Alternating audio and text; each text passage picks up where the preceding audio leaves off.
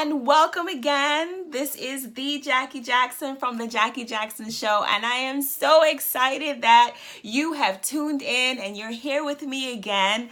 Man, week after week after week, I can always count on you to come back and support me. And let me tell you, I do not take your support for granted. I appreciate everything that you guys are out there saying about me, all of your comments, all of the shares, all of the support, all the questions, the private messages on the Jackie Jackson. I absolutely adore and love you guys. And I really wanted to take the time and let you all know that I appreciate everything that you guys do and all of your support and love that you guys share with me. So today, like no other, this show, I am dedicated to making sure that I share very impactful information, empowering information, inspiring information, anything information that's going to make you a better person,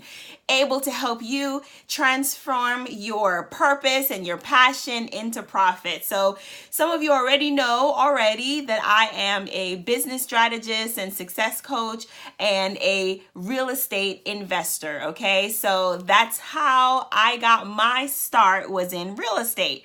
And my start in real estate, interestingly enough, was not good. It wasn't good at all. As a matter of fact, I lost a lot of money in real estate.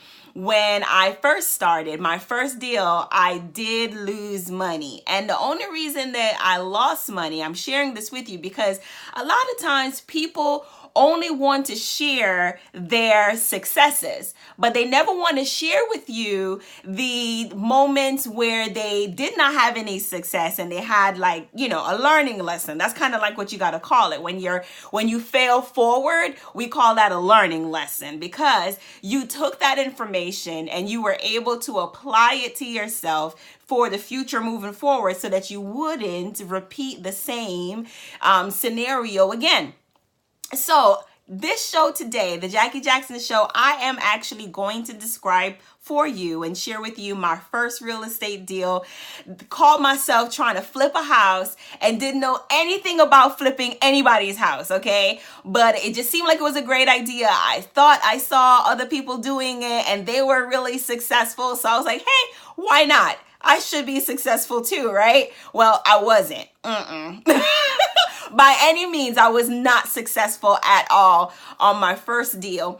But my first deal, or my failure of my first deal, was the catalyst that actually aligned me with the knowledge that I have right now. Because I failed forward, I decided that, wow, okay, I humbled myself enough to know that, that hurt pretty bad and I don't want to do that again. So I'm going to take the time to find out what pieces of information I was missing in order to be successful, because I knew many, many people that were successful in the real estate industry, and obviously they knew something that I did not, okay? Because they were making money when I was losing money. So that means that I was either not having the right systems, or I wasn't having the right information, or I didn't have like the right tools. So I had to humble myself and learn and take the time to learn. So my first real estate deal, I would probably say it was about maybe 2005 or 2006-ish, right? So that's kind of like the height of the real estate market. And for those who remember way back when, right? Because now fast forward like a whole, decade and plus years later, that was like at the height of the the new construction market, okay? Across the country, there were a lot of states, cities that had the new construction builders. And those new construction builders were putting up all kinds of beautiful communities in a lot of different areas. And appreciation on those properties were like so exponential. Like you would purchase a property right now, and like in 8 months, that property value like doubled. It was like ridiculous. Okay. People were just cashing out left and right. People were refinancing their homes and taking out equity out of their property. Why? Because the appreciation and the value was just being like rammed and infused into their properties. Okay. So I got caught up in that bubble. All right. So I drank the Kool-Aid and decided I was going to jump in without doing my research and without actually knowing the right types of like acquisition strategies or exit strategies. I didn't know anything about those things. I didn't know anything. All I knew was that I had to go to a bank, right? Get a mortgage, get some kind of loan, and purchase a property. Okay, well, that sounds logical. Many people do that, right? But if you are a real estate investor, that might not necessarily be the right strategy for that particular property that you're buying. But at that time, I had no idea. I just thought that that's what you did. So I put a down payment on a property because that's what a lot of investors were doing. They use the leverage of time to their advantage, right? So I put down a deposit, which is also called an earnest money deposit, with the builder. So it's a couple $1,000s that I borrowed from a family member, and I promised that I was going to pay them back, right? And I did eventually, but not like right away. I told you I lost money, right? Okay. So I put a deposit down with this builder, and it was in a little town called Poinciana in Osceola County in Orlando, right? Or Osceola County in Florida, because Orlando is Orlando, Osceola is Osceola, right? So you have cities and towns and all these different municipalities and stuff like that. But where I actually invested is a little community called Poinciana, which is in Kissimmee, Osceola County. All right. So keep going with me. Okay. So it was a really beautiful brand new home, right? So the builder on average takes about, I don't know, normally 7 to 9 months maybe to build your home. And like I said, people were just wildly crazy successful at this new home strategy, right? They would put down the deposit, they would wait until the builder made the property or built the property to spec, and before the property even hit the market, they were able to actually sell it because the demand was so high. That's the type of market that we were living in. You had inventory and then you had demand, and they were like exponential. They were just crazy huge, right? So I saw that and I was like, man, all right, cool. So when I sell this property, as soon as it's finished being built, I intended to sell this property, and the difference between what the purchase price that I agreed to with the seller, which was the buyer, no, the seller, which was the new home builder at that time, and the difference between who I sold it to, meaning that I expected to have appreciation. That was my expectation because everybody else around me was having appreciation except me. I did not have appreciation. All right, so here's what happened. So the builder took about 3 months too long. All right. So I was like, oh my gosh. Right. So the house that I originally wanted, the builder halfway through the project called me back and was like, hey, guess what? Guess what? The house that you picked out, we can no longer offer that to you. And I was like, what? What do you mean? Like, we had this whole agreement thing, this whole thing called a contract. And he was like, well, the house that you picked out is too big for the lot, that the house is going to go on. And I was like, what are you talking about? Like, how could you allow me to choose a house that's not like the right size for the land that it's supposed to be built on? Like, who does that, right? But that's really what happened to me. So I had to go back and I had to choose a different model. So that's problem number one right there. So I had the wrong strategy. I had to go to a bank and borrow money. And then the house that I chose, this is where it started to go downhill. Couldn't fit on the lot that the house was supposed to be built on. So I was like, oh, great. So I actually ended up having to select a house that had a different floor plan, as well as a different configuration, right? So I had a 3-bedroom, 2-bathroom, which was the house that I intended to buy. And now I ended up with a 2-bedroom, 2-bathroom. Well, guess what? 3 bedrooms, 2 bath is much, much more desirable than a 2-bedroom and a 2-bath, right? You following this logic? Okay. So yeah. So here's that value and appreciation that I thought I was going to get.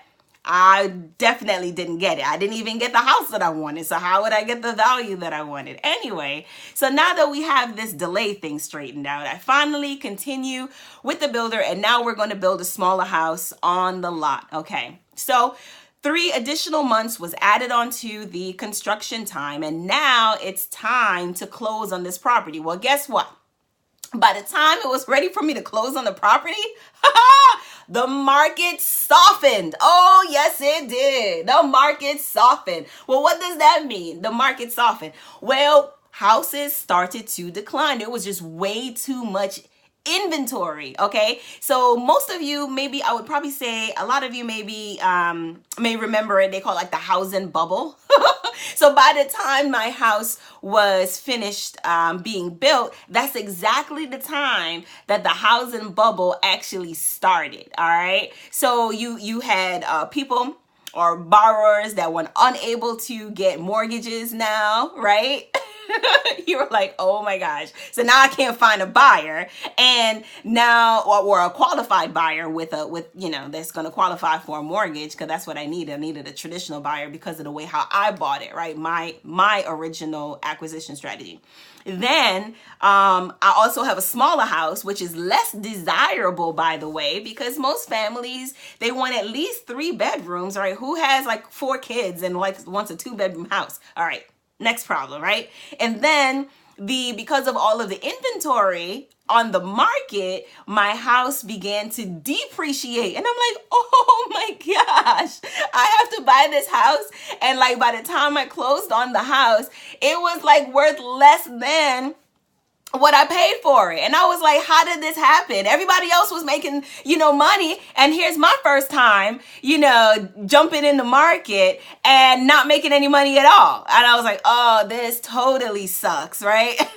So my first experience was a new construction. So if you're watching or you're just tuning in, I am describing my first experience as a real estate investor, right? The Jackie Jackson and Jackie buys homes. So a lot smarter now than I was back then. I would probably say, what's that, 10, 12 years ago? Time goes so quickly. So I've done a lot more real estate deals since then, more successfully, and have made positive cash flow from those deals. But the first one I did not make any money. I had a negative deficit. As a matter of fact, I actually had to do something that I think some of you may know what this term means. It's called a short sale.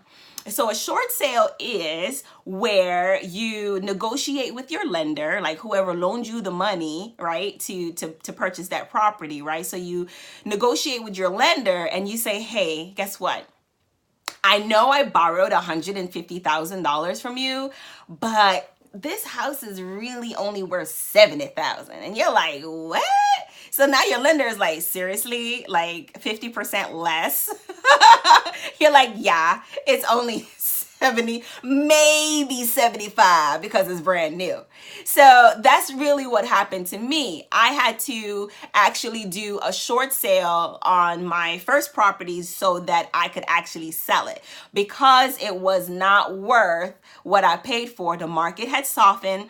There was way too much inventory on the market, and there just wasn't enough borrowers being qualified because lending had kind of stopped and regulations were changing and everything was tightening up, right? Banks was failing. It was just a crazy, crazy time in our economy and in the real estate market. So that was my first experience in there. So I actually held on to that property out of fear of going into like foreclosure or having like a negative credit, because now I actually have a mortgage that I had to pay. So I kept that property for 2 years, 2 years, while trying to market it, trying to sell it. And every single month it was just declining and declining and declining in its value until it was worth like, yeah, like I said, 50% less than what I actually paid for it.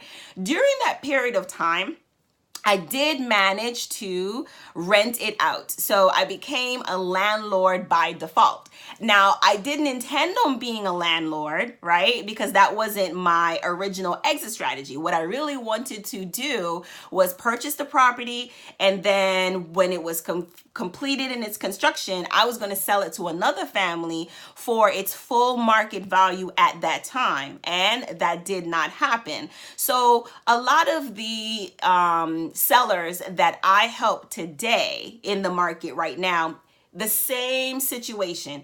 They become landlords by default. All right. They didn't ever intend on being a landlord at any time when they purchase their properties. Either they have to relocate really quickly, they got a job someplace else that was paying them more money, so they had to leave. Sometimes people pass away and they inherit properties and they didn't want it. They live someplace else and they got their own bills and their own expenses. And now they've inherited another family member's property that they have to pay the mortgage on. Sometimes they inherit properties with mortgages already on it, right? So those lenders expect payment. They don't care if they die. If someone's going to keep that house, you're going to keep paying for it, right? So you got mortgages, you have taxes, you have insurance, you have maintenance and upkeep. Okay. So I was like, all right, fine. Landlord by default. Well, here's the problem. I didn't know anything about landlording. So here's my failed attempt at becoming a real estate investor. And now I'm a landlord by default. And I never intended to be a landlord. Oh, yes. This is a recipe for disaster. All right. So like I said, most people want to tell you about their successes, but they never want to tell you about their lessons learned and their failures, because the failure in that real estate transaction that I attempted was the catalyst that allowed me to be successful in future transactions, because I learned so much about what not to do moving forward. Okay. Although it hurt, going through those moments and it was painful, I had to get an attorney. I had to pay extra cash. I had to negotiate with my lender and, hope and pray that they would accept my short sale, because they really, really didn't have to. Who loans you all this money, $150,000 or whatever it is, 300. Some people were in worse situations than and they had more loans and their properties were much, much more leveraged than mine was. But who accepts less? So you have to think of it from the investor's point of view. And when I say investor, I'm talking about the bank, like whoever loaned you the money, right? So from the lender's point of view, what do you think is their priority? Yes, you're correct. If you said interest, you are correct. So their expectation is that I'm going to keep this loan, right? I'm going to keep this loan until it matures. Sometime in the future, they're going to be able to collect some kind of rate of return on the money that I borrowed from them sometime in the future. And that's how they're making their money. So do you think that those lenders expected for me to come back to them and say, hey, guess what? All right, tell you what, I really want to sell this property, but it's not worth the amount of money that you gave me. So I'm asking you out of the kindness of my heart, can you please accept a payoff that's less than the amount of money that you gave me? I'm just saying. I know. But they're like, no, we're not going to accept less money than we gave you. We want back 100% of the money that we gave you, plus the interest that you owe us too, right? That's logical. Well, that's a conversation that you have, and that back and forth negotiation when you have a lender and you actually have to negotiate these things. Man, if you've ever had to negotiate a foreclosure or a modification or any type of short sale or talk to your lender, I mean, it's not hard. Agreed, right? You just pick up the phone and you talk to them, but they don't have any incentive to assist you in that way. I mean, you are legally committed to the money that you borrowed, right? So they don't necessarily have to reduce your principal, meaning the amount of money that you owed, or they don't have to modify, your mortgage or change the terms or the interest rate or anything like that, or the amount of time that you owe on it. They don't have to do any of those things if they really so chose not to do so. But it really isn't in their best interest to not negotiate with the borrower, okay? And I'm going to tell you why. It is better to actually get some money recovered than no money at all, period. I mean, because that's really how they look at it as well, too. They want to at least get something back from you, right? So instead of you walking away, because that was the time, that was definitely the era where a lot of property owners were just walking away from their property. They were like, I'm done with that. I'm never going to be able to pay that off. It's not even worth what I purchased and what I bought it for. So why should I continue to pay for something that, is never going to be valued or what I pay? I got to wait like 30 something years for this property to come back to its original value, just what I paid for it. Well, that's kind of an exaggeration. We all know that property values did go back up, but it did take a decade for it to do so, right? So who got that kind of time? Nobody, right? And in the midst of it, you're still paying for a property that is not valued what you purchased it for. So a lot of people had a lot of heartburn about that, including myself. I was like, this is not good at all. So in the midst of it all, I decided to put a tenant in my property just to help me offset the mortgage payment, right? Just to offset the mortgage payment. And guess what? Rents also were so ridiculously competitive because everybody else was trying to sell their house in that community or rent it, because a lot of the property owners were all in the same situation, that I couldn't even charge market rent. Like, that's crazy. I couldn't even charge market rent at that time, right? So if you were like a renter at that time, that was like your best decade ever. Because your landlord was like, listen, all I need you to do is just stay. Just pay me. That's all I need you to do, is just continue to pay me. Any type of cash you can give me is all right. Don't even worry about it. I'll put the difference. That's how bad it was. So I actually had a negative cash flow for that property as well. So for 2 years, I had a tenant in there that was paying below market rent, and their total monthly rent amount was still less than what my total mortgage was. Oh my gosh, talk about like crazy losses. That's like total loss. I lost money every single month that I had to pay the difference in my mortgage. I lost money in the value of that property depreciating more than 50% of what I purchased it for. The lender that loaned me the money lost money. Why? Because of the depreciation. And it just took forever for the negotiation for the short sale to go through. What I think a lot is that the lenders were like really optimistic, because as long as you keep paying them, they don't care. I mean, they don't care where the money comes from. They don't even want to know. All right. So they just want to know, did you send the check?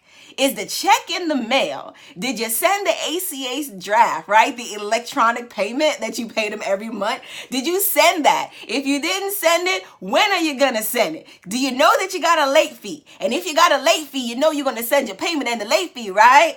Okay, do that, please.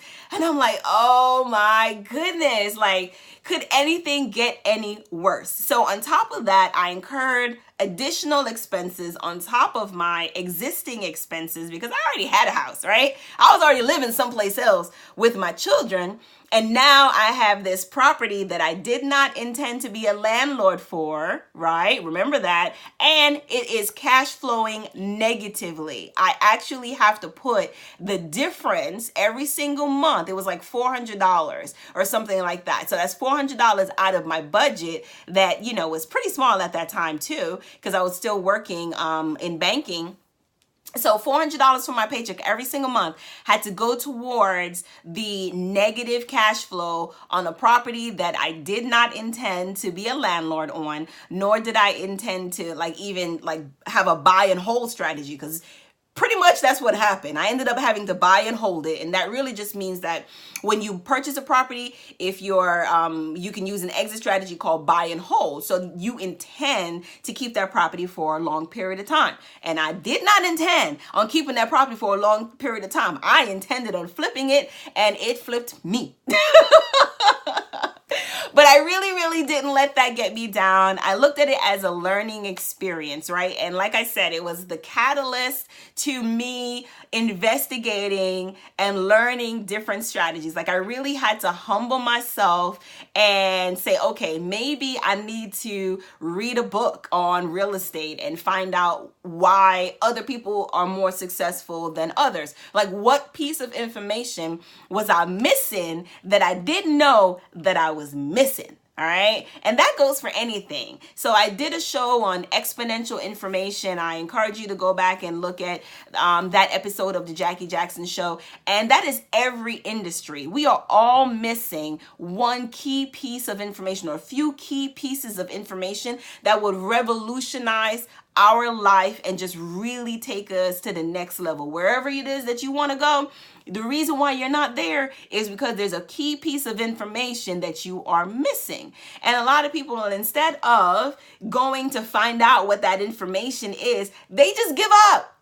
They give up way too easy and too soon. They say, oh my gosh, I tried that one time. I tried real estate investing and it didn't work for me and it hurt and I lost money and I don't think I'm ever going to do that again. Well, if that was the case, then we wouldn't even have this show, because it was real estate and my success in real estate that helped me be able to create this show and be able to be the entrepreneur that I am today. So I encourage you, even if you've gone through some successes and you've gone through some failures, do not give up on your original quest. All right. So if you wanted to do real estate and you wanted to be an investor and it didn't work out for you, or even if you have some fear about losing money or anything like that, it's all about taking constructive risks. All right. So you actually have to take risks in order to make money.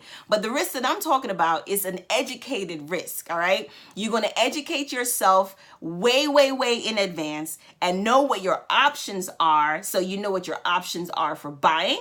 You also know what your options are if you can't sell it. And you also should know what your options are for selling that property as well, way before the property even comes into your possession or under your control. So that is the best advice that I can give anyone who is interested in real estate. You must know what your intent and your purpose is for that property before you even buy it. All right. So that's every exit strategy, acquisition strategy, what you're going to do when you hold it. If you're planning on renovating it, if you're planning on flipping it, it doesn't even matter. So that was like the biggest epiphany that I had when I started out. So when I teach real estate investing to my consulting clients, this is what I tell them. Everybody wants to make money. I don't think anybody goes into business not wanting to make any money, right? You go into business wanting to make money. So how do you make money? Well, you make money by providing valuable services to the people in your industry, but you also make money by keeping as much of it as possible. So how do you keep as much of it as possible?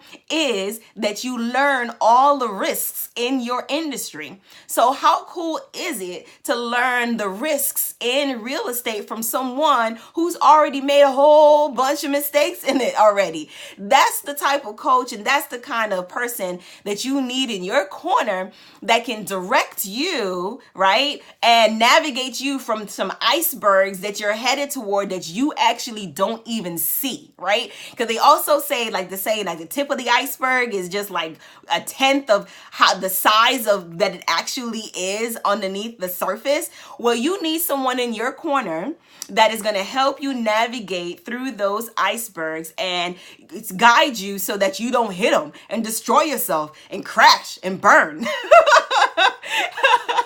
And that is the reason that I decided that I was going to help women and help people, help anyone actually, women near and dear to my heart, because I'm a woman and I know what it feels like to want cash flow, need cash flow, and not have it, and just looking for an opportunity for someone to teach me and just show me and guide me. All right. So that is the reason why I decided to launch my coaching program as a business coach and strategist, because people were having so many questions. And I was like, you know what? I am just going to put it all out there and help someone and pay it forward, just like how someone helped me and paid it forward by helping me discover how to successfully navigate through the real estate market and all the different strategies that are out there. So don't forget to contact me, the Jackie Jackson.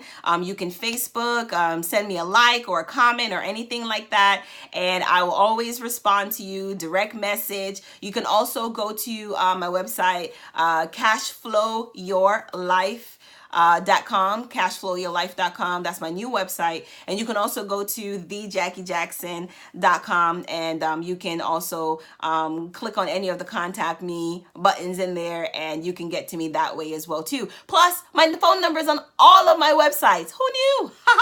You can call me anytime. All right. So thank you again for watching The Jackie Jackson, sharing with you some of my success tips as well as my epic fails. Okay.